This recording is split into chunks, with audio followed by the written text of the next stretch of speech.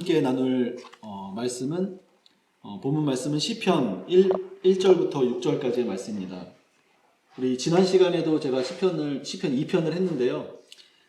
오늘도 시편 2편을 합니다. 네, 그래서 지난 시간에 또 했는데 뭐 왜 또 하지? 이렇게 생각하지 마시고 좀 이렇게 시편이 워낙 짧다 보니까 간단하게 하고서 이렇게 좀 넘어가고 이렇게 깊이 다루지는 좀 못하는 부분들이 많은 것 같아요. 그런데 이제 간단하게 넘어가면 너무 쉬운데 사실 이 시편을 정말 제대로 깊이 보면은 쉽지가 않아요. 너무 어려워요, 사실. 되게 어려운 말씀이고 좀 저는 이걸 좀 간단하게 넘어가기보다는 좀 깊이 한번 다각도에서 여러 측면에서 이 말씀을 좀 공부해보고 싶어서 이 말씀을 좀 나누도록 그렇게 정했습니다. 우리 1절부터 6절까지의 말씀을 우리 한 목소리로 읽어보도록 하겠습니다. 시작. 어찌하여 이방 나라들이 분노하며 민족들이 헛된 일을 꾸미는가? 세상의 군왕들이 나서며 관원들이 서로 꾀하여 여호와와 그의 기름 부음 받은 자를 대적하며 우리가 그들의 맨 것을 끊고 그의 결박을 벗어버리자 하는도다. 하늘에 계신 이가 웃으시며 주께서 그들을 비웃으시리로다. 그때 분을 바라며 진노하사 그들을 놀라게 하여 이르시기를 내가 나의 왕을 내 거룩한 산 시온에 세웠다 하시리로다. 아멘. 네, 이 시편은 뭐 여러분들도 잘 아시는 것처럼 너무나 이제 유명한 시편이죠. 그리고 이제 메시아에 대한 그런 시편입니다. 그래서 신약에서도 가장 많이 이렇게 인용이 된 구절이기 때문에 우리가 이제 잘 안다고 생각할 수가 있습니다. 그렇지만 오늘 이렇게 공부를 해보면 우리가 이 시편을 잘 알지 못한다는 것을 아마 알게 되실 거예요. 그래서 좀 이 시편을 아까도 말씀드렸지만 좀 다양한 각도에서 다루어 보려고 합니다. 네, 그래서 이제 12절까지 이제 있는데 오늘 본격적으로 제가 여러분과 함께 나누려고 하는 부분은 바로 이 시편의 기름 부음 받은 자, 그리고 또 하나님의 아들됨이라는 그런 주제에 대해서 좀 나눠 보려고 합니다. 굉장히 중요한 주제예요. 이 시편 2편에서 이제 하나님께 기름 부음 받아 세워진 왕과 그 다음에 이 하나님의 아들은 이제 매우 긴밀하게 연결되어 있어요. 그래서 이제 이런 부분들을 좀 각자 좀 살펴본 다음에 이걸 이렇게 하나로 연결시키면 굉장히 이런 말씀들이 이렇게 연결되는구나 라는 부분들을 우리가 좀 더 깊이 이해할 수 있을 것 같습니다. 그래서 먼저 이 시편의 좀 구조를 한번 살펴볼게요. 그래서 뭐 다양한 그런 이 구조를 보는 그런 관점이 있지만 제가 오늘 좀 간단하게 좀 나누면 먼저 1절부터 3절까지는 성경을 좀 보시면서 이렇게 하시면 좋을 것 같아요. 기름 부음 받은 자를 대적하는 자들의 내용이 나와요. 그리고 그들의 말. 1절부터 3절까지는 그렇게 나오죠. 대적해서 이제 그들이 하는 말이 나오죠. 그 맨 것을 끊고 그의 결박을 벗어버리자 하는도다 이렇게 얘기하고 4절부터 9절은 이제 이렇게 기름 부음 받은 자를 대적하는 자들에 대해서 하나님께서 어떻게 이들에게 그들을 바라보시는지 또 하나님께서 그들에게 어떻게 말씀하셨는지를 이제 이 시편의 그 시편 기자가 이야기하고 있습니다. 9절까지. 그리고 쭉 나오고요. 그 다음에 10절부터 12절까지는 이제 그 하나님의 음성을 들은 시인이 그 기름 부음 받은 자를 대적하는 그 대적들을 향해서 그런즉 너희는 이제 이렇게 해라 라고 메시지를 전하고 있는 거예요. 그래서 이 시편은 먼저 여기서 이제 그 시인이 누구냐면 이제 이 시편 2편은 표제어가 없어요. 전에도 이제 제가 그 표제어 뭔지 아시죠? 그렇게 제목이 이제 이렇게 표제어들이 시편의 시들마다 이제 있는 것도 있고 없는 것도 있는데 지난 시간에 제가 이제 한번 쭉 훑으면서 1편과 2편은 왜 없냐면 이제 어떤 시편 150편까지 전체에 서론의 역할을 한다고 이제 말씀드렸었습니다. 그래서 이제 표제어는 없지만 이 시편은 다윗의 시예요.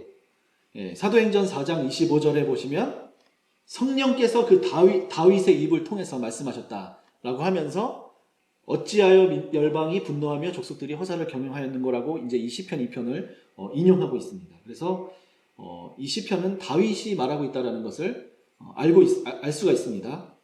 그리고 이제 이 시편의 그 청중은 누구냐면 먼저는 이스라엘 백성들이겠죠. 예, 이스라엘 백성들이고 또 그 중에 이제 이 기름 부음 받은 자를 대적하고 있는 그 대적들을 향해서 예, 말씀하고 있는 것이죠. 10절에 군왕들, 여기 세상의 재판관들 이렇게 되어 있는데 여기서 이제 세상이라는 그 단어는 에레츠예요. 예, 이제 땅이라는 단어죠. 예, 에레츠는 이 성경 전체에서 거의 이제 이스라엘 땅을 이야기합니다. 그래서 이 세상의 재판관들이라고 하는 것은 거의 이제 땅의 재판관들이라고 이제 번역을 할 수가 있는데 이스라엘 안에 있는 그런 재판관들을 이야기하는 것입니다. 그래서 이제 먼저는 다윗과 다윗의 후손을 대적하는 세력들에 대한 것이고 이 시편 2편을 이해할 때 먼저는 그렇게 이해하시면 돼요. 이것은 그리고 이제 이 다윗 언약에 근거하는 것이죠. 사무엘하 7장에 나오는 그런 나단을 통해서 하나님께서 다윗에게 약속하신 그 다윗 언약을 통해서 이제 그 근거가 되는 것입니다. 그 배경에서 이제 이 2편을 읽어야 되고요. 두 번째는 이제 이스라엘 안에 있는 하나님의 그 기름 부음 받은 자인 다윗만이 아니라 다윗의 그 후손으로 오시는 메시아, 그리스도죠. 그리스도와 그를 대적하는 세력들에게 전하기 위해서 이제 이 시를 기록된 것이라는 것을 염두에 두시면 좋을 것 같습니다. 그래서 다시 사도행전 4장 25절에서 30절까지를 보면요. 25절. 네, 이 시편 2편을 인용하면서 이게 되게 놀라운 것인데요. 시편 2편에서 말하는 이방 나라들이 허사를 경영하고 민족들이 군왕들이 그 관원들이 재판장들이 그 기름 부음 받은 자를 대적한다라고 그 기록한 것을 그들이 구체적으로 누군지를 언급해요. 굉장히 이제 이건 놀라운 것입니다. 그래서 이제 해석을 하는 것이죠. 그러니까 성령님을 통해서 다윗의 입을 통해서 이것을 말씀하셨는데 오순절에 성령이 충만함을 받은 이 제자 그 사도들과 그 사도들의 공동체 그룹이 이것을 해석하고 있는 거예요. 성령님을 통해서. 전에도 말씀드렸었죠. 그래서 여기서 이제 세상의 군왕들, 관리들이 함께 모여 26절에 주와 그의 그리스도를 대적하도다라고 하면서 27절에 헤롯과 본디오 빌라도 그들이 이제 이방인과 이스라엘 백성과 합세해서 하나님께서 기름 부으신 거룩한 종 예수를 거슬러 라고 이렇게 기록하고 있는 것이죠. 그래서 먼저 우리가 이제 이 시편 전체를 이해할 때 이제 좀 중요한 부분들이 몇 가지 있는데 이 시편에서 말하고 있는 이 대적들이 누군지에 대해서 우리가 좀 이해하는 부분들이 필요합니다.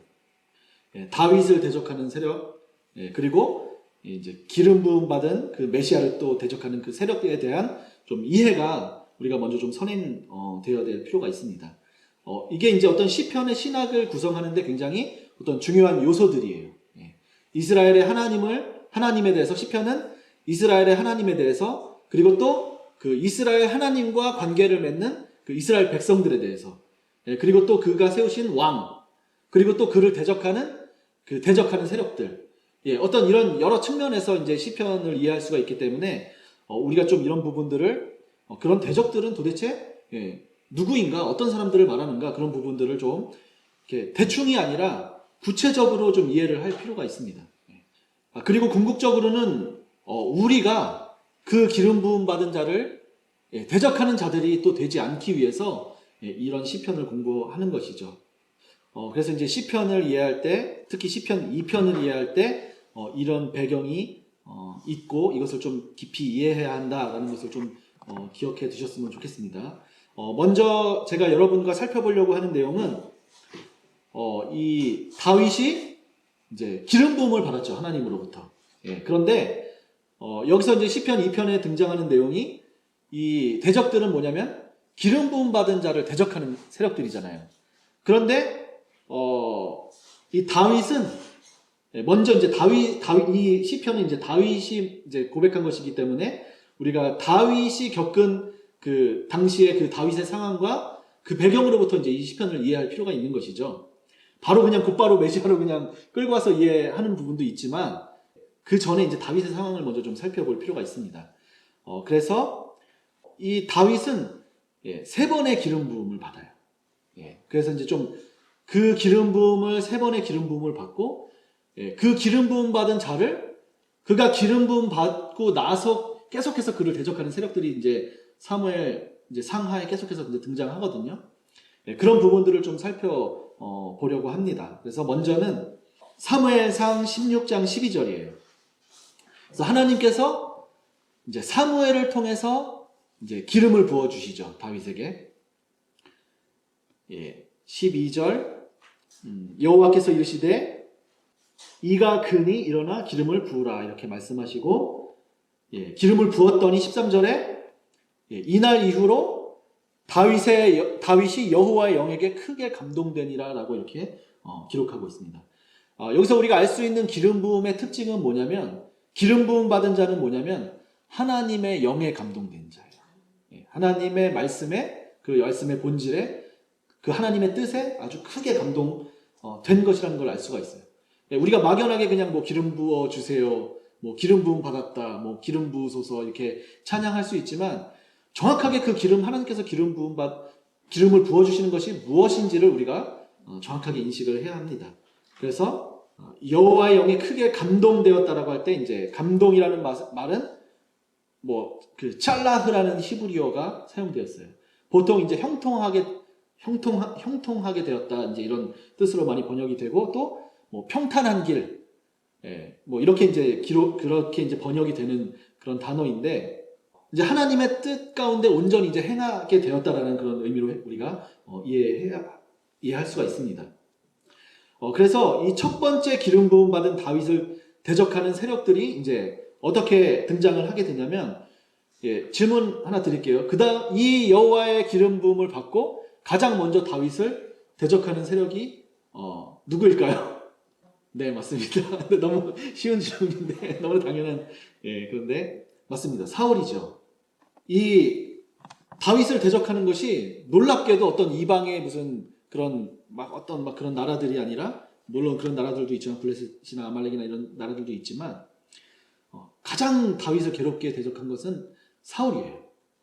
왜 사울이 다윗을 대적하게 된 것에 대해서 그 이유를 성경에서는 이제 상세하게 그것을 설명하고 있는데 사무엘상 16장 14절에서부터 15절에 자세하게 기록하고 있습니다. 무엇이냐면 그 이유는 그에게 여호와의 영이 떠나고 악한 영이 들어갔기 때문이에요.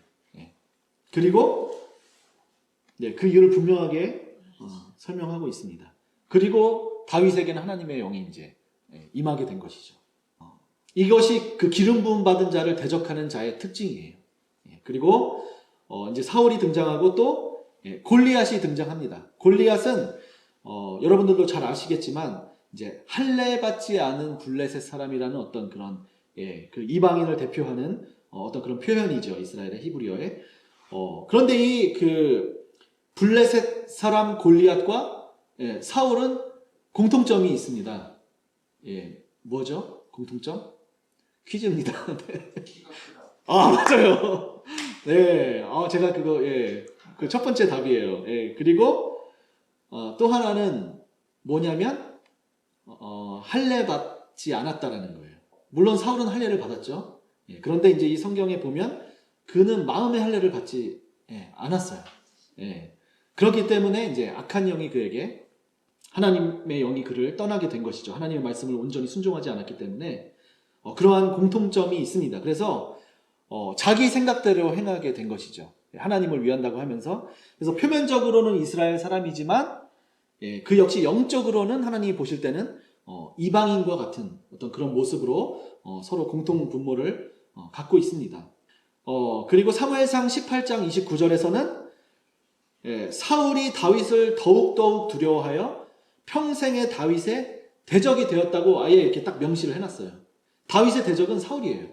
왜 사울이 다윗을 두려워하게 된 이유가 뭐냐면 여호와께서 다윗과 함께 계시기 때문에 다윗을 두려워하게 되었고 또 다윗이 그가 행하는 모든 것에 있어서 지혜롭게 행하였기 때문에 사울이 그를 두려워했다라고 성경에서 계속해서 이야기하고 있습니다.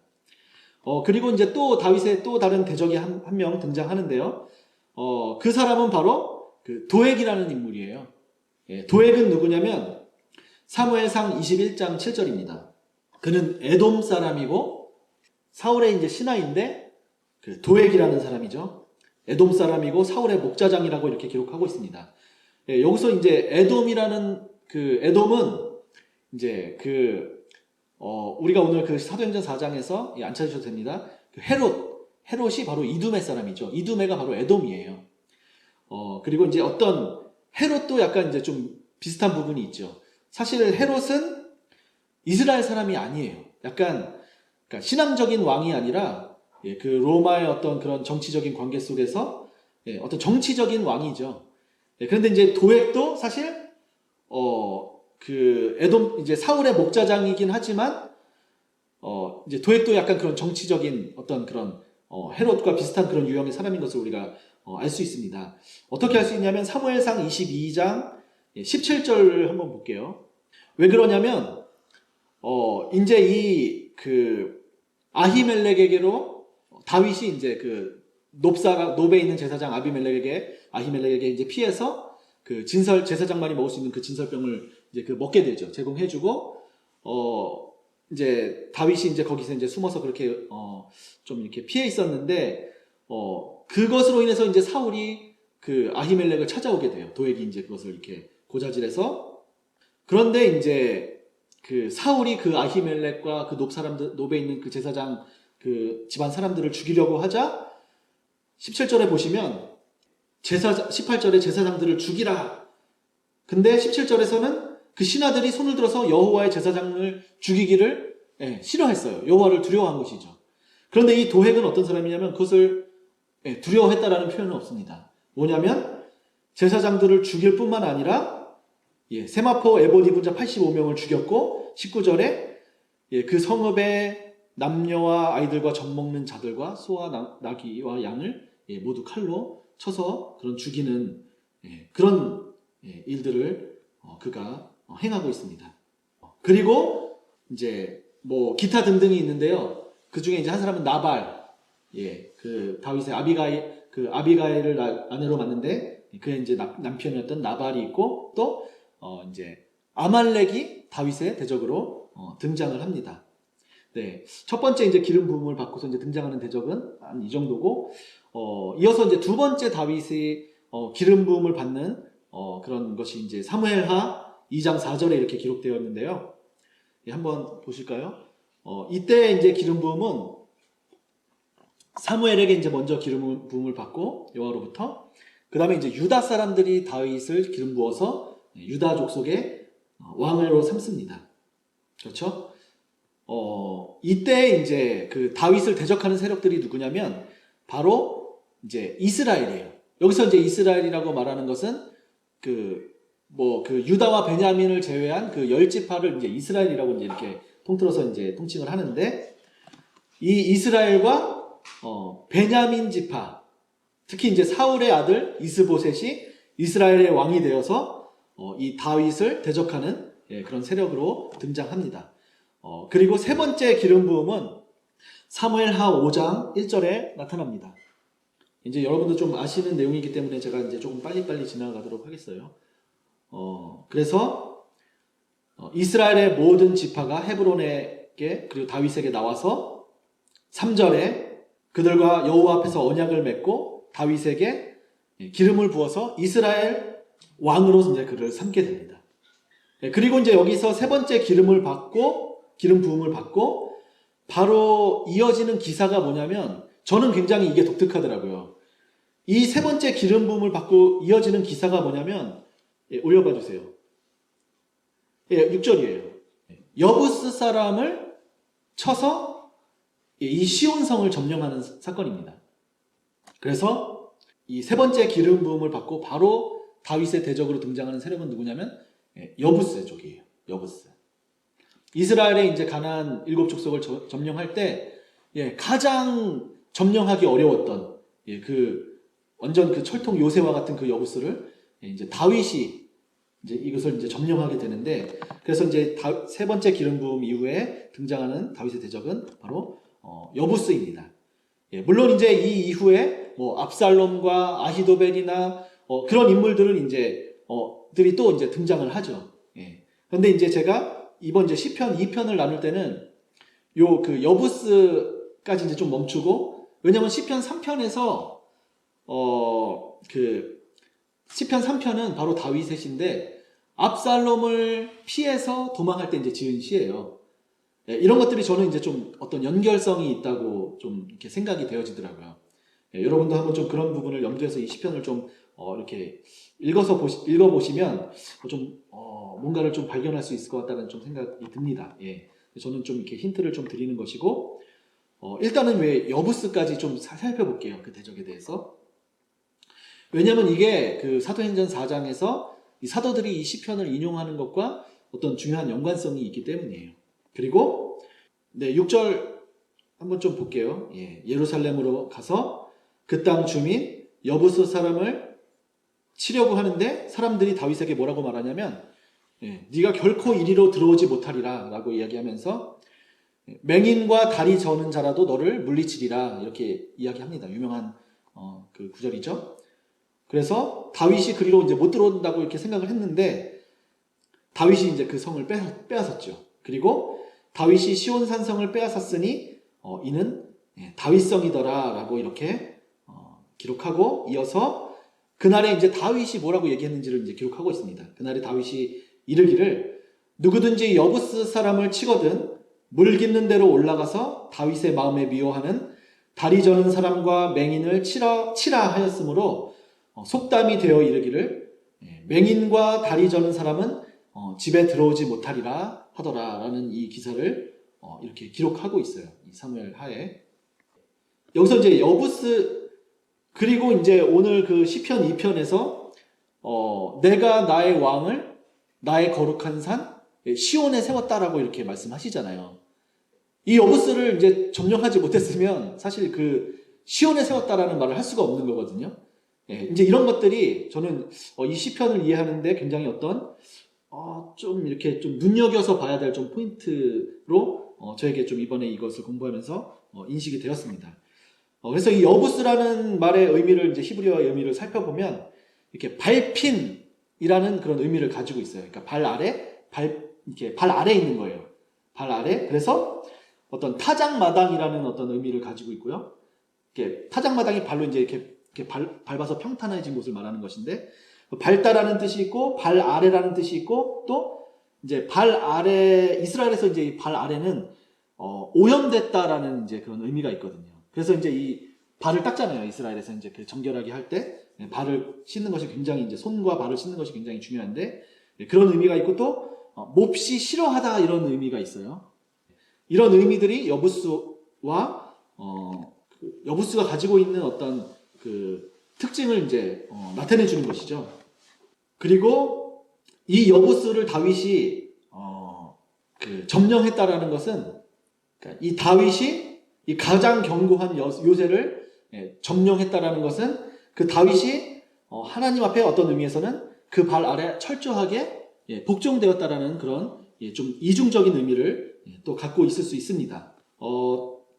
그리고 이제 사도행전 3장에서 베드로와 요한이 이제 그 걷지 못하는 자를 이제 고치는 사건이 일어나죠. 그런데 그가 나사렛 예수 그리스도의 이름으로 일어나서 성전에 들어가 걷기도 하고 뛰기도 하며 하나님을 찬송하는 그런 장면과도 저는 연결이 있다는 그런 생각이 들었어요. 그것이 바로 이 맹인과 다리 저는 사람은 집에 들어오지 못하리라 라고 하는 이 속담과 연결되지 않는가, 약간 이런 좀 힌트를 좀 얻어서 제가 이제 이것을 연구하게 됐습니다. 그러니까 이 맹인과 다리 저는 사람이라는 구조가 뭐냐면 그 여부스가 가지고 있는 바로 그 구조인 거예요. 그래서 그런 자들이 뭐냐면 이 백성들을 인도하고 있는 것이죠. 백성자들의 통치자가 되고 관리들이 되어서 이제 맹인이 맹인을 인도하는 어떤 그런, 그리고 걷지 못하는 자가 걷지 못하는 자를 인도하는 그런 형국에 있는 것이죠.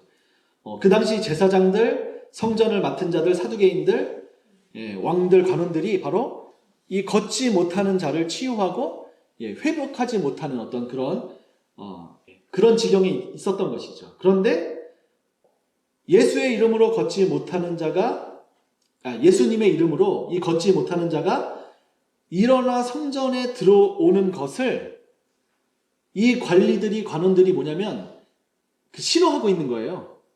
대적하고 있는 거예요. 들어오지 못하게. 사도행전 3장 2절입니다. 그래서 그 이적을 행한 사도 베드로와 요한을 잡아서 가두게 돼요. 그리고 이튿날 이제 예수님을 십자가에 못 박혔던 현장에 있었던 모든 그 지도자들이 다 함께 모여서 그들을 이제 신문하게 되는 사건이 일어나는 것이죠.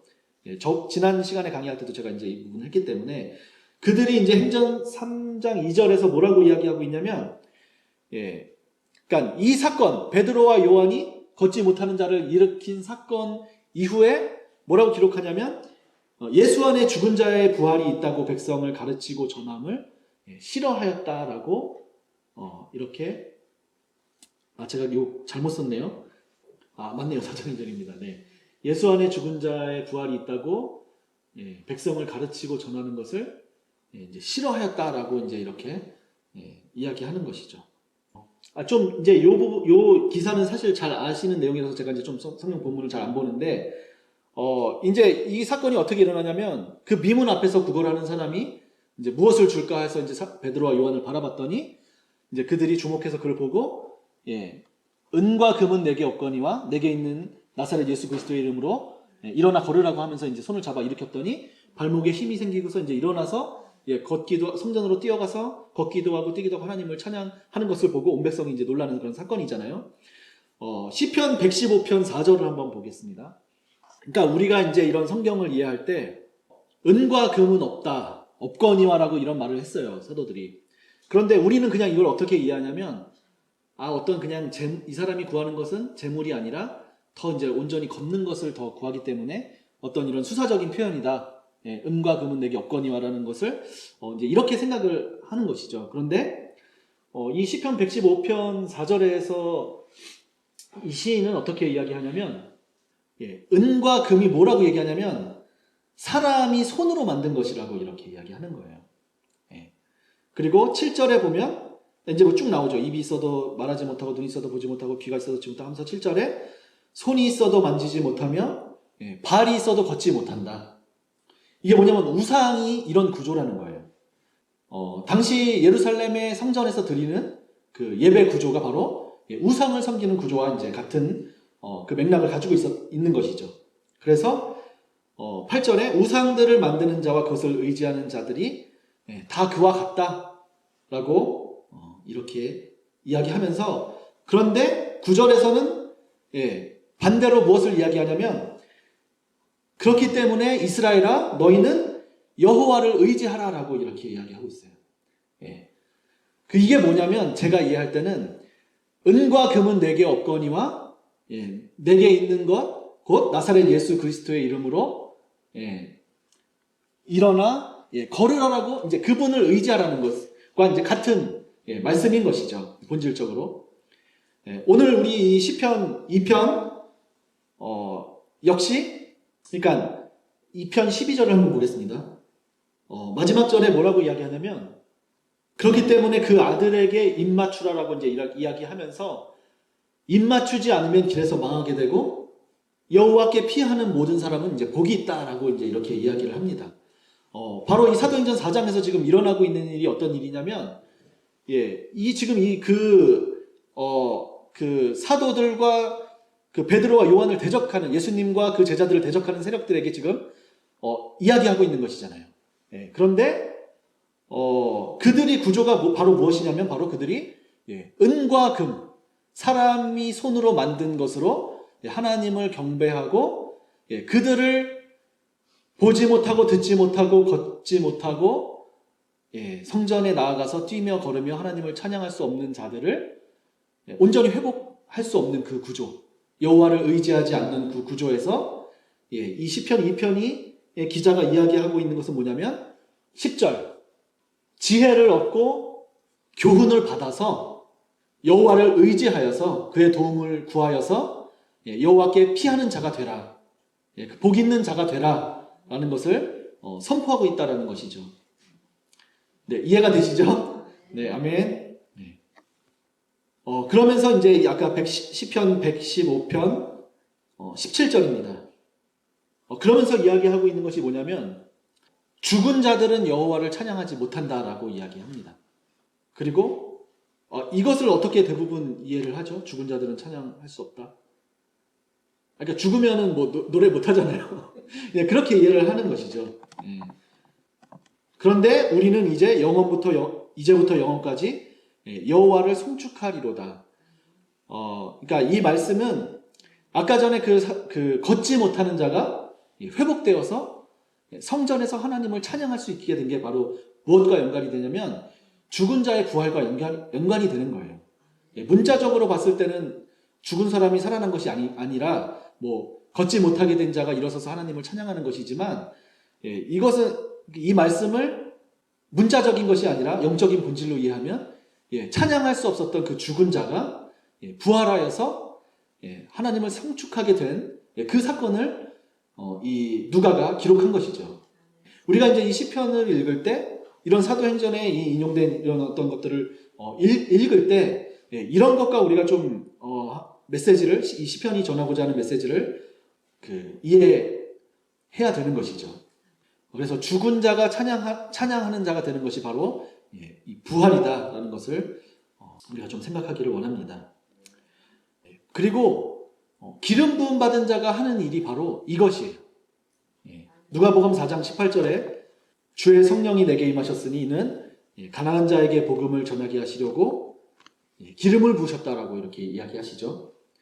그래서 포로된 자에게 자유를 주시고 눈먼 자에게 다시 보게 함, 눌린 자를 자유롭게, 이게 다 그 걷지 못하는 자를 걷게 만드는 것과 같은 의미를 가지고 있는 것이죠. 그것이 바로 하나님의 은혜의 해와 보복의 날을 선포하는 것이에요. 이사야서 61장 1절 3절을 이 누가가 인용한 것이죠. 그래서 이제 좀 주목해야 될 것이 3절입니다. 2절까지는 이제 똑같은 내용이고, 시온에서 슬퍼하는 자에게 화관을 주어 죄를 대신하며 기쁨의 기름으로 그 슬픔을 대신하며 찬송의 옷으로 그 근심을 대신하고 그 영광을 나타낼 자라 일컬음을 받게 하려 하심이라라는 이 말씀이 그들에게 이제 이루어져야 하는 것인데, 그것을 이제 사도들이 예수님의 그 말씀을 받아서 이루고 있는 그것을 이제 기록한 것이죠, 사도행전은. 그리고 이제 이 시편의 말씀, 이 시편 2편에 이는 내 사랑하는 자요,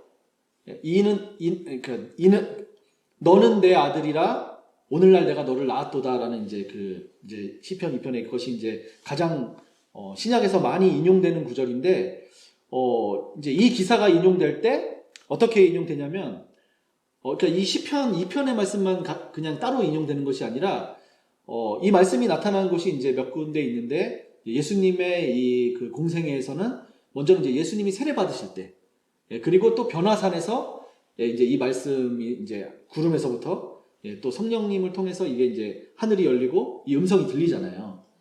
그런데 이제 이사야 42장 1절과 이 시편 2편이 이제 같이 이렇게 결합해서 이렇게 사용돼요. 그래서 어떤 표현이 나오냐면, 이는 내 사랑하는 자요, 내 사랑하는 아들이요, 내 기뻐하는 자라라고 하면서 이제 이렇게 표현이 됩니다. 그래서 이제 그가 하나님의 기름 부음 받은 그 종이 하는 그 일이 뭐냐면, 6절에 제가 이제 신약 그 부분은 좀 안 찾을게요. 이제 너를 세워 백성의 언약과 이방이 빛이 되게 하리니 눈먼 자들의 눈을 밝히고 갇힌 자들을 감옥에서 이끌어내고 흑암에 앉은 자들을 감방에게서 나오게 하리라. 내 영광을 다른 자에게 내 찬송을 우상에게 주지 아니하리라. 이제 이런 말씀들이 그냥 나오는 게 아니에요. 이게 다 이 시편 2편과 이 이사야서 42장이나 이런 말씀들의 본질이 예수님의 그 공생의 사건에 하늘로부터 그 들리는 음성과 다 연결되어져서 나타나고 있다는 것이죠. 그래서 나중에 이제 그 사도행전, 제가 이제 4장에서 이 시편 2편을 이제 주로 인용한 것을 제가 좀 전에 살펴보았는데, 13장에서는 주로 한번 볼까요? 사도행전 13장 33절입니다. 13장에서는 너는 내 아들이라 내가 너를 낳았도다, 이제 이 말씀이 이제 인용돼요. 그러면서 이건 이제 바울이 뭐냐면 안디옥에서 전도하고 또 이제 막 이동하면서 막 유대인들의 핍박 가운데서 비방 가운데서 이제 어떤 이 복음을 설명하면서 이제 이런 내용이 이제 예수 그리스도에 대해서 그러니까 이 바울도 전하는 것이 뭐냐면 죽은 자의 부활에 대해서 이제 전하는 거예요. 예, 그런데 이런 말씀을 이렇게 오늘날 너를 나갔다 하셨고 하면서 쭉 설명해요.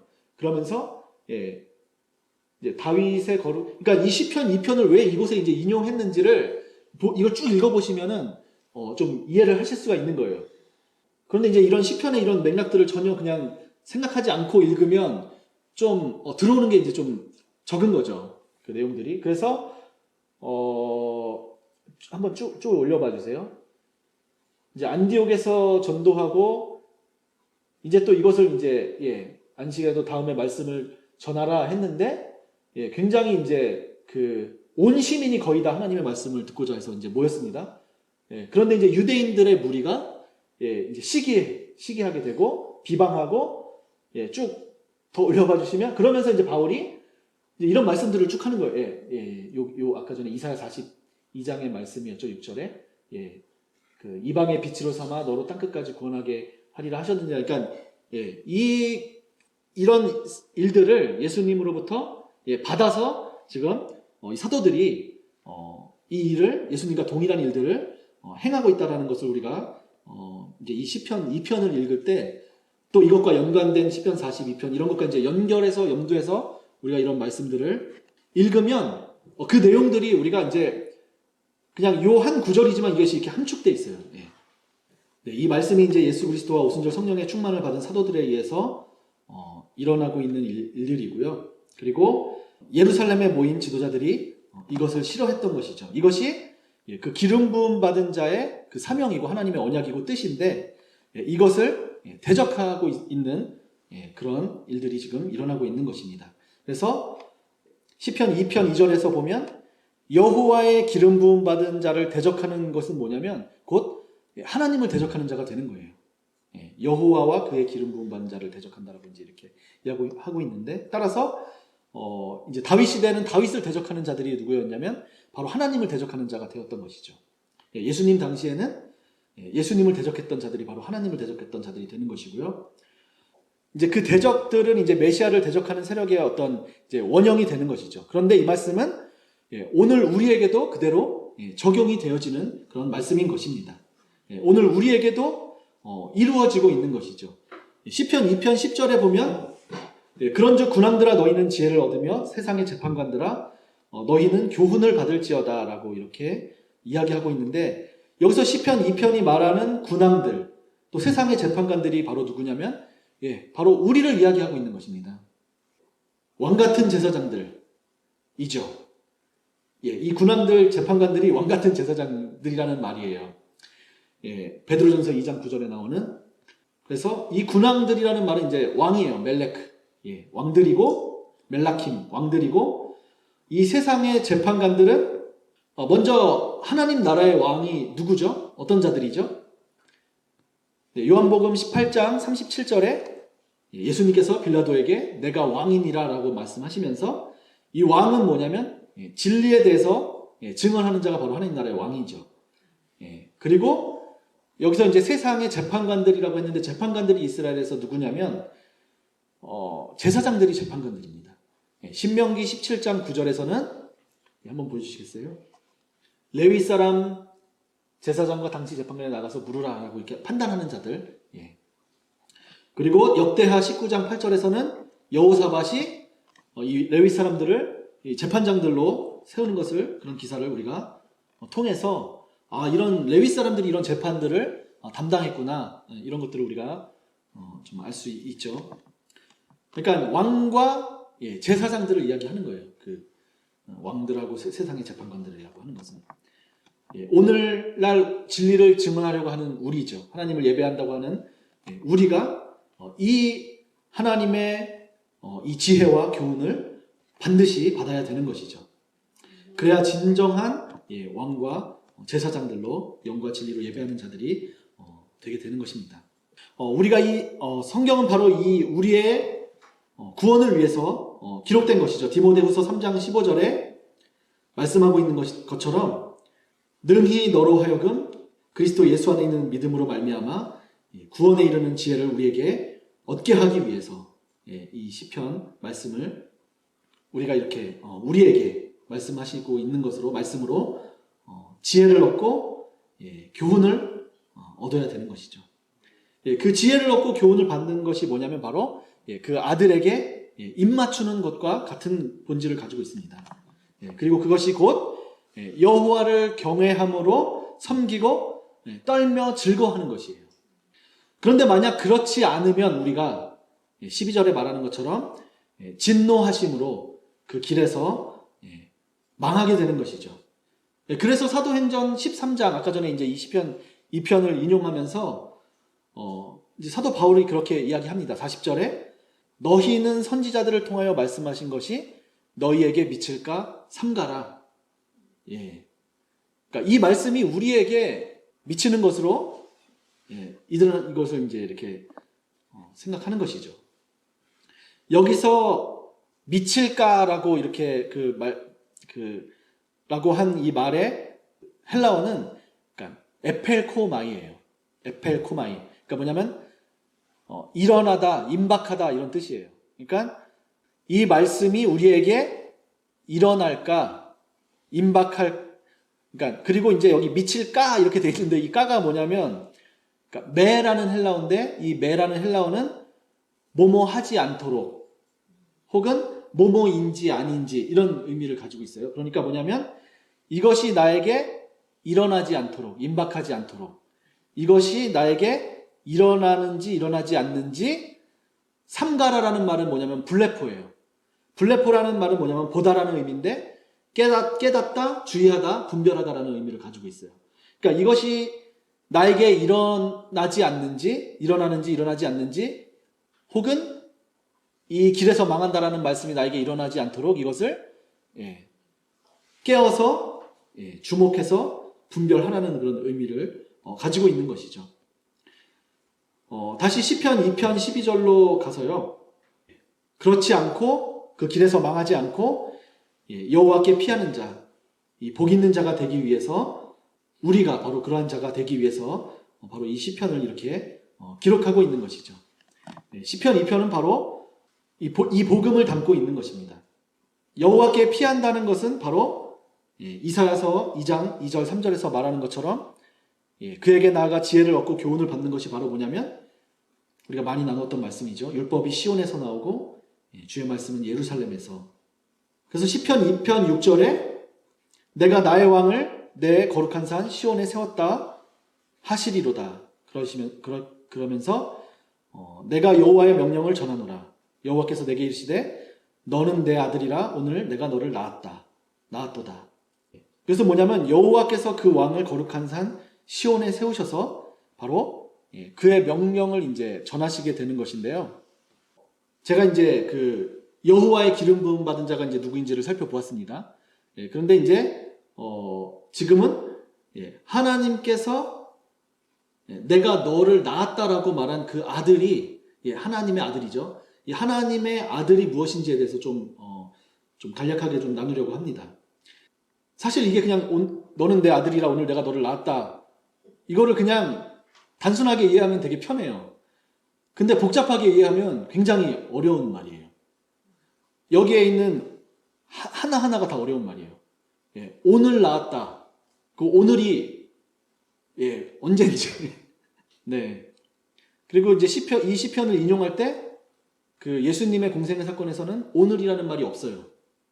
근데 히브리서 기자가 이 말을 인용할 땐 오늘이라는 말을 이제 같이 인용해요. 이제 이런 그 하나하나가 이제 우리가 이제 사실 디테일하게 살펴봐야 되는 부분들인 것이죠. 그래서 이제 먼저는 여호와로부터 시온에 세워져서 그의 명령을 전하는 자가 바로 이제 아들입니다. 먼저는 이 여호와의 명령을 전하는 자가 이제 그 상속자죠, 아들. 그리고 제가 이게 말씀을 이렇게 좀 준비하는데 약간 이게 그 시차가 약간 좀 뒤죽박죽이 좀 돼가지고 약간 좀 헷갈리실 수도 있는데 일단 그래서 이 여호와의 명령을 전하는 그 아들로부터 그 음성을 더 듣기 위해서 우리가 이제 이 시온으로 올라가는 거잖아요. 그리고 이제 이 시온으로 우리가 올라가는 것을 그냥 뭐 이 아들의 음성을 듣기 위해서 시온으로 올라간다 이제 이렇게 생각하면 또 편한데 이 시온으로 올라가는 것 자체를 어떻게 우리가 인식해야 되냐면 이 시온으로 올라가는 것이 뭐냐면 바로 해산의 수고예요. 말씀을 깨닫기 위해서 해산의 수고를 하는 것이라는 그 개념을 우리가 인식을 해야 됩니다. 그리고 또 한 가지는 뭐냐면 우리가 그 시온으로 올라가는 것이 뭐냐면 해산의 수고를 하기 위해서 하면서 시온으로 올라가는 것이 뭐냐면 여호와의 큰 일이에요. 이제 제가 말씀드리는 이 말씀의 근거는 바로 시편 126편 1절에서부터 살펴볼 수 있는데요. 그러니까 시온의 포로가 이제 바벨론에서부터 시온으로 돌아가는 이 시잖아요. 그런데 이제 시온으로 올라가는 것이죠. 올라갈 때 5절에 보시면 눈물을 흘리며 씨를 뿌리면서 그 시온으로 올라가는 거거든요. 이게 이제 애통하는 자는 복이 있나니, 애통하는 자이죠. 그가 반드시 기쁨으로 그 곡식단을 가지고 돌아오는 게 뭐냐면 시온으로 올라가서 그 보좌 앞에 이르는 거예요. 그 아들의 음성을 듣는 거예요. 그 여호와께서 전하시는 그 아들을 통해서 전하시는 명령을 듣는 것, 그 과정, 그 해산의 수고, 그것이 바로 하나님의 큰 일이라는 거죠. 이것을 들어야 된다라는 것이죠. 그리고 뭐냐면 이 곡식단을 눈물로 씨를 뿌리면서 가지고 돌아오는 자가 바로 아들이에요. 또 그러니까 아들이라고 생각할 때 우리가 예수님만을 생각하면 되는 게 아니라 예수님은 맏아들이고 우리가 또 그 예수님의 형제된 아들들이에요. 이것을 좀 이제 인식해야만 이 시편의 말씀이 그냥 다윗과 메시아에게만 아니라 오늘 우리에게 적용되는 것이거든요. 그리고 여기서 이제 곡식단은 알곡이죠. 알곡이고 사실 이거는 이제 뭐냐면 첫 열매와도 같은 거예요. 첫 열매를 가지고 돌아오는 것이죠. 고린도전서 15장 20절이죠. 이 첫 열매는 뭐냐면 초태생, 첫 열매 이건 이제 다 장자를 의미하는 것이거든요. 첫째 아들. 그래서 이 시온의 이제 포로가 된 것은 무엇이죠? 죽은 거예요. 하나님을 찬양할 수가 없는 거예요. 성전에 올라가서 하나님을 찬양할 수가 없는 상태. 그것이 이제 죽은 자의 상태이고 바벨론에서 바벨론의 신들에게 그 우상들에게 경배하는 그 구조에 있는 것이고 그것으로부터 돌아와서 부활의 첫 열매로 이제 회복되는 것이 이제 무엇인지를 보여주는 것이죠. 시온에 올라가는 과정이. 그것을 이제 사도 바울은 이렇게 이제 표현을 한 것입니다. 예수 그리스도께서 그래서 이제 이 첫 열매가 바로 초태생 장자라는 이제 이런 개념 그리고 죽은 자 그러니까 우리가 아들이라는 것을 이렇게 인식할 때 제가 전에도 한번 말씀드렸는데 그러니까 아들은 그냥 아들이 아니라 이제 장성한 자 아버지의 아들 그 아버지의 유업을 잇는 상속자가 된 그가 이제 진정으로 하나님의 아들로 이제 선포가 되는 것이잖아요.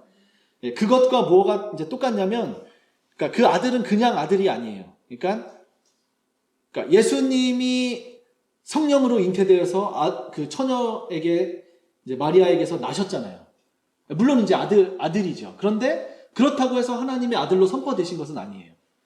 그러니까 뭐가 있어야 되냐면 반드시 이 죽은 자 가운데서 살아나는 이 부활이 있어야 하나님의 아들로 선포가 되시는 거예요. 그리고 그것은 예수님만이 아니라 우리도 마찬가지예요. 그 죽음, 그 부활에 우리가 함께 연합한 자가 되어야만이 우리도 그 맏아들의 형상을 따라서 하나님의 아들로서 우리도 그 하나님과 함께 다스리는 자들로서 선포가 되는 것이고 그것을 경험해야만 우리도 그러니까 이 복음을 그러니까 죽어있는 자들에게 그들을 부활시킬 수 있는 그것을 할 수 있는 자들이 될 수 있는 것이죠. 이러한 것들이 사실 이 시편 2편이 이렇게 계속해서 사실 내포하고 있는 의미들이에요. 연결되어져서 제가 좀 이렇게 건너뛰겠습니다. 너무 많아가지고 이렇게 뭐 호세아서 14장 이런 그 2절에서 보면은 말씀을 가지고 이제 돌아오라는 그런 말씀이 있죠. 시온으로 돌아올 때 불의함으로 이제 엎드려졌는데 이 불의를 제거하시고 이 입술의 열매를 드려야 되잖아요. 그러니까 이 죽은 자가 부활하는 것이 뭐냐면 바로 이 불의가 제거된 거예요. 불법이 제거된 것이죠. 그리고 예수님의 십자가는 뭐냐면, 그러니까 예수님은 죄가 없으시잖아요. 근데 예수님이 왜 십자가에 달리시냐면 이스라엘의 죄 때문에 이스라엘의 죄를 속하시기 위해서 십자가에 달리시는 것이죠. 그러니까 예수님의 십자가는 우리의 죄와 이스라엘의 죄, 그러니까 이스라엘의 불의를 제거하시는 거예요. 그래서 이 시편을 이해할 때 우리가 이 시편은 그러니까 다윗 같은 경우는 다윗의 받는 이제 고난이 어떤 예수님의 고난과도 이렇게 상응하는 것으로 이제 이렇게 기록되잖아요. 그런데 다윗은 사실은 뭐냐면 죄가 있는 것이죠. 다윗은 자신의 죄 때문에 그 고난을 받는 거예요. 그런데 예수님은 뭐냐면 자신의 죄 때문이 아니라 바로 이스라엘의 죄와 우리의 죄 때문에 그 고난을 받으시는 것이죠. 그러니까 이 시편은 단순히 어떤 개인의 고백이 아니라 그러니까 예수님의 이 고난은 뭐냐면 이스라엘의 그 모든 죄를 짊어지시고 그것을 가는 여정을 그러니까 이 시편이 뭐 개인 기도시, 개인 탄원시, 개인 탄식시, 뭐 개인 감사시 뭐 이렇게 장르를 나누거든요. 공동체, 뭐 기도시, 감사시, 뭐 탄식시 이런 게 있는데 거기서 말하는 그 개인은 그냥 개인이 아니라 이것이 메시아 예수님에게 대해서는 뭐냐면 이스라엘의 모든 그 죄를 짊어지시고 그 고난을 당하시는 것이고 예수님의 공생에도 그런 것이에요. 오셔서 그냥 자기 뜻대로 행하시는 것이 아니라 이스라엘의 40년 광야 시험을 받는 것서부터 이스라엘이 40년 광야에서 광야에서 시험 받은 거 그것을 40일 동안 그것을 겪는 것이잖아요. 그러니까 이 십자가도 마찬가지고 그 이스라엘의 모든 죄를 대신 겪으시고 그것에 대해서 죽으시고 부활하심을 통해서 그들을 다시 회복시키시는 이 하나님의 역사가 바로 이 시편이 말하고 있는 그 죽은 자의 부활과 연결되어 있다라는 것을 우리가 이제 읽어야 되는 것이죠. 그래서 요한복음 6장 38절에서는 예수님께서 이렇게 말씀하십니다. 내가 하늘에서 내려온 것은 내 뜻을 행하려 함이 아니라 나를 보내신 이의 뜻을 행하려 함이라. 그런데 그것은 하나도 잃어버리지 않고 마지막 날에 다시 살리는 것이고 아들을 보고 믿는 자마다 영생을 얻는 것이고 마지막 날에 그들을 다시 살리시리라 라고 이렇게 말씀하십니다. 이것이 바로 주의 기도예요. 주님의 기도. 주기도문의 내용과 같은 것이죠. 뜻이 하늘에서 이루어진 것과 같이 땅에서도 이루어지기를 구하는 것이죠. 이것을 구하는 자가 될 때 우리도 그러한 자가 될 때 예수님의 이 십자가와 이제 부활에 연합하는 자가 되는 것이고요. 아들이 되는 것이죠. 그러니까 이 부활의 첫 열매가 되는 것이 바로 이 아들로 나아졌다. 이것이 그러니까 오늘날 내가 너는 내 아들이라 오늘 내가 너를 낳았도다라는 그런 개념인 것입니다. 그래서 이제 로마서 1장 3절을 한번 볼게요.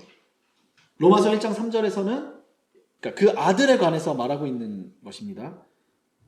다윗의 혈통에서 나셨다라는 것은 이제 다윗 언약을 이제 기억하면서 이야기하는 것이고요. 성결의 영으로는 죽은 자들 가운데서 부활하셔서 능력으로 하나님의 아들로 선포되셨다라고 이렇게 이야기합니다. 그러니까 하나님께서 아들로 선포되신 것은 뭐냐면 이 죽은 자 가운데서 부활하셔서 하나님 보좌 우편에 앉으실 때 비로소 하나님의 아들로 선포가 되신 거예요. 이게 아들됨입니다. 아들됨.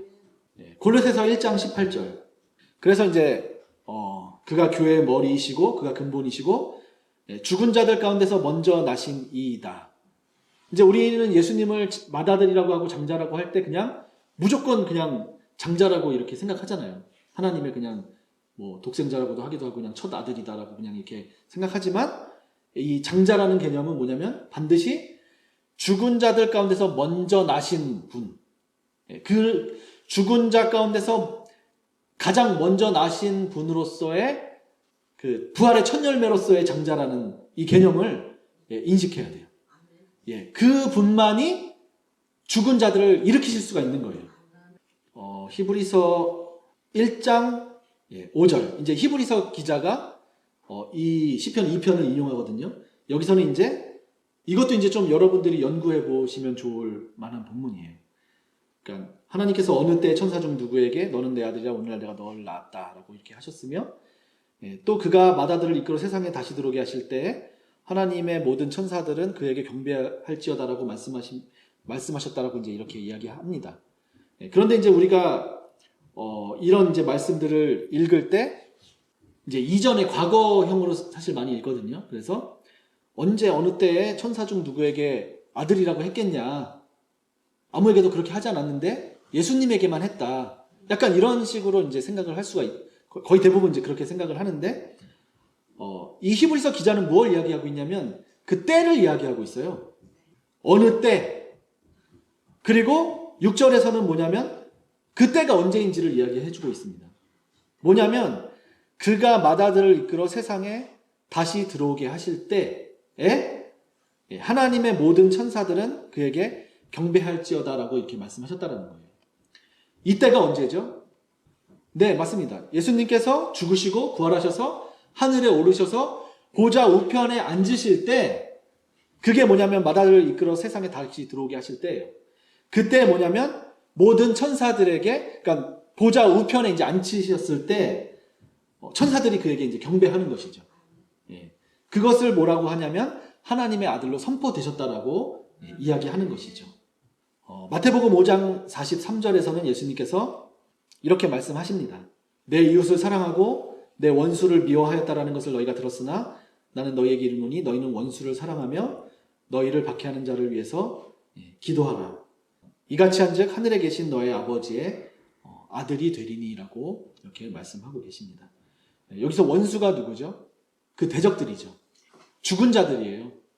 그들을 위해서 기도하고 그 박해하는 자들을 위해서 눈물로 해산의 수고를 하는 자들이 바로 그 십자가의 그 죽음, 그 고난과 그 해산의 수고를 가진 자들이 바로 그 원수를 사랑해서 이웃을 사랑하는 자들. 그래서 그 해를 악인과 선인에게 비추는 자들이 바로 아버지의 아들이라고 하는 것이죠. 이 일이 바로 예수님께서 십자가에 이루신 일이죠. 에베소서 2장 14절에 말씀하시는 것처럼 원수된 것 중간에 막힌 담 이 세상의 초등 학문을 바로 십자가에서 소멸하신 것입니다. 그것이 바로 예수님께서 원수를 사랑하신 것이에요. 누가복음 6장 35절도 참고하시길 바라고요. 신약 성경에서는 이제 예수님이 십자가를 지시기 전에 이제 너는 내 아들이라고 이제 이렇게 말씀하신 그 기사가 나옵니다. 그런데 이제 요한의 세례와 또 변화산에서 이런 기사가 나오는데 내 아들이라고만 이렇게 나오고 오늘 내가 너를 낳았다라는 그 부분은 또 나오질 않아요. 그냥 아들이라고는 나오는데 그래서 예수님은 물론 하나님의 아들이시지만 진정한 하나님의 아들로 물론 이제 하늘이 열리고 성령님을 통해서 너는 내 사랑하는 아들이라고 이제 이렇게 선포되셨지만 궁극적으로는 죽으시고 부활하신 후에 진정한 아들로서 선포되셨다라는 것을 우리가 좀 이해해야 돼요. 저는 이제 이게 다윗이 하나님으로부터 그 기름 부음을 받았지만 3번에 걸쳐서 기름 부음을 받잖아요. 그러니까 이제 그런 것과 그러니까 이 기름 부음을 받는 것과 예수님께서 하나님의 아들로 택하심을 받았고 부르심을 받았지만 의롭게 되시고 또 온전하게 되신 그 과정, 그러니까 죽은 자 가운데서 부활하심을 통해서 진정으로 그 아들로서 선포되신 것을 우리가 너는 내 아들이라 오늘날 내가 너를 낳았도다라는 이 시편 2편의 말씀을 읽을 때 이런 부분에 대해서 좀 인식할 필요가 좀 있다고 생각이 듭니다. 그리고 이제 저는 이제 이 말씀을 읽으면서 그러니까 이 오늘 너를 낳았다라는 개념이 바로 뭐냐면 이 오늘이라는 개념이 뭐냐면 바로 하나님의 아들로서 아까 로마서 1장 3절 4절에서 말하는 것처럼 하나님의 아들로서 선포된 그 시점이 바로 오늘이 아닐까 네, 그런 생각이 들더라고요. 그래서 제가 좀 자신 없게 얘기해가지고 좀 그런데 자신 있게 얘기하는 겁니다. 그래서 오늘 내가 너를 낳았다. 이 음성이 오늘날 우리에게도 동일하게 이루어져야 하는 것이죠. 하나님께서 우리를 오늘 그러한 아들들로 선포하실 수 있도록 우리가 주님과 함께 연합한 자가 되기를 원합니다. 그리고 이제 이 아들의 음성을 통해서 이제 그 시편 2편이 마지막에 이야기하는 것처럼 그 아들에게 입맞춤을 통해서 이 아들의 음성을 듣는 것을 통해서 그 오늘 아들의 음성을 듣는 그 오늘이 우리에게 이루어지기를 바라고요. 또 이제 여기서 그 철장 시편 2편이 말하는 철장으로 만국을 이제 다스리는 그 이방을 유업으로 주신다고 말씀하시면서 먼저는 이제 다윗이 그 철장으로 다스리는 자이죠. 그리고 이제 그 다음은 뭐냐면 예수님이시죠. 그래서 이제 이 철장으로 다스린다라는 것은 이제 계시록과 연결돼서 이제 계속해서 나타납니다. 그래서 계시록 19장 15절에서 먼저 이 철장으로 다스리는 분이 누구냐면 예수님이에요. 그리고 계시록 12장 5절에서 6절에서는 여자가 아들을 낳았는데 그가 장차 철장으로 만국을 다스릴 남자라고 합니다. 그런데 여기서 이 여자가 누구냐면 바로 이스라엘을 이제 의미하는 것이죠. 1절에 보면 해를 옷 입고 이 여자는 이제 이스라엘을 의미하고요. 이스라엘이 이제 먼저는 이제 예수 그리스도를 해산의 수고를 통해서 낳는 것이죠. 그리고 예수님과 함께한 그의 형제들, 예수님의 형제들을 낳는 것입니다. 12장 11절에 보면 이들이 누구냐면 여자가 낳은 남자가 누구냐면 어린 양의 피와 자기들이 증언하는 말씀으로 이긴 자들이에요. 그리고 17절에서는 하나님의 계명과 예수의 증거, 예수님의 증언을 가진 자들입니다. 그러니까 예수님만을 말하는 게 아닌 거예요. 이 철장으로 다스리는 자들은. 요한계시록 2장 26절에서는 이기는 자, 그리고 끝까지 내 일을 지키는 그에게 만국을 다스릴 권세를 주신다고 이렇게 말씀하시는데, 여기서 내 이 일을 지키는 자라고 할 때 여기서 계시록 2장에서 말씀하시는 분은 바로 예수님입니다. 그리고 여기서 내 일을 지키는 자는 뭐냐면, 내 일은 뭐냐면 아버지의 일이죠. 그가 철장을 가지고 그들을 다스려 질그릇을 깨트리는 것과 같이 하리라. 그리고 나도 내 아버지께 받은 것이 그러하다라고 이렇게 말씀하시는 것이죠. 그러니까 이 철장을 가지고 시편 2편에 나오는 다스려 질그릇을 깨트리는 것은 바로 예수님께서 아버지께 받으신 것인데, 이것을 이기는 자, 내 일을, 이 아버지의 일을 지키는 자에게 주신다는 것을 말하고 있는 것이죠. 따라서 이 시편 2편의 이 말씀은 맏아들이신 예수님의 형상을 닮은 그의 형제들인 사도들, 그리고 그 제자들, 그리고 바로 우리에게까지 해당이 되는 것이고, 또 우리에게 이루어져야 될 그런 말씀인 것이죠. 반드시 이 철장은 바로 무엇이냐면 하나님의 말씀과 예수님의 이 증언, 이것을 우리가 취해야 하는 것이죠. 그리고 이 말씀이 오늘 우리에게 이루어지도록 우리가 이 시간 말씀을 마치고 우리 함께 좀 이 말씀이 우리에게 이루어지고 응하게 해달라고 우리가 좀 함께 기도하는 시간을 갖도록 하겠습니다.